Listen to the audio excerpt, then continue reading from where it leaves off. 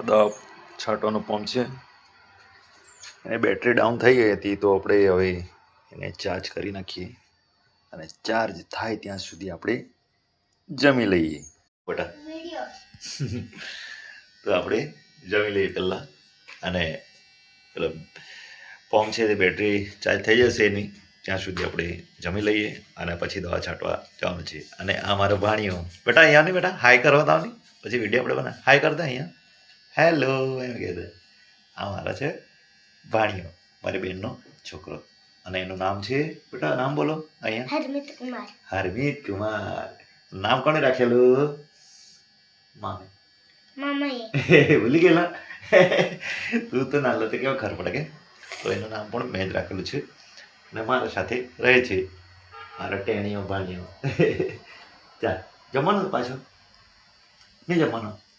ચાલ કંઈ નહીં હે ભાઈ જમી લો એટલે. ચાલો તો પહેલાં આપણે પેટ પૂજા કરી લઈએ. લોટામાં પાણી લઈ લીધું છે અને આ રોટલા છે રોટલો અને બધું આપણે લઈ લીધું છે અને આ આંબાની ચટણી છે સિઝનની બરાબર. અને આ છે આપણું કિચન નાનકડું. તો આપણે જમી લઈએ. આપણા ઘરમાં ચોખાના રોટલા બને છે આ રીતે. કોના કોના ઘરમાં ચોખાના રોટલા બનાવે કોમેન્ટમાં કહેશો મને. આપણો ચોખાનો રોટલો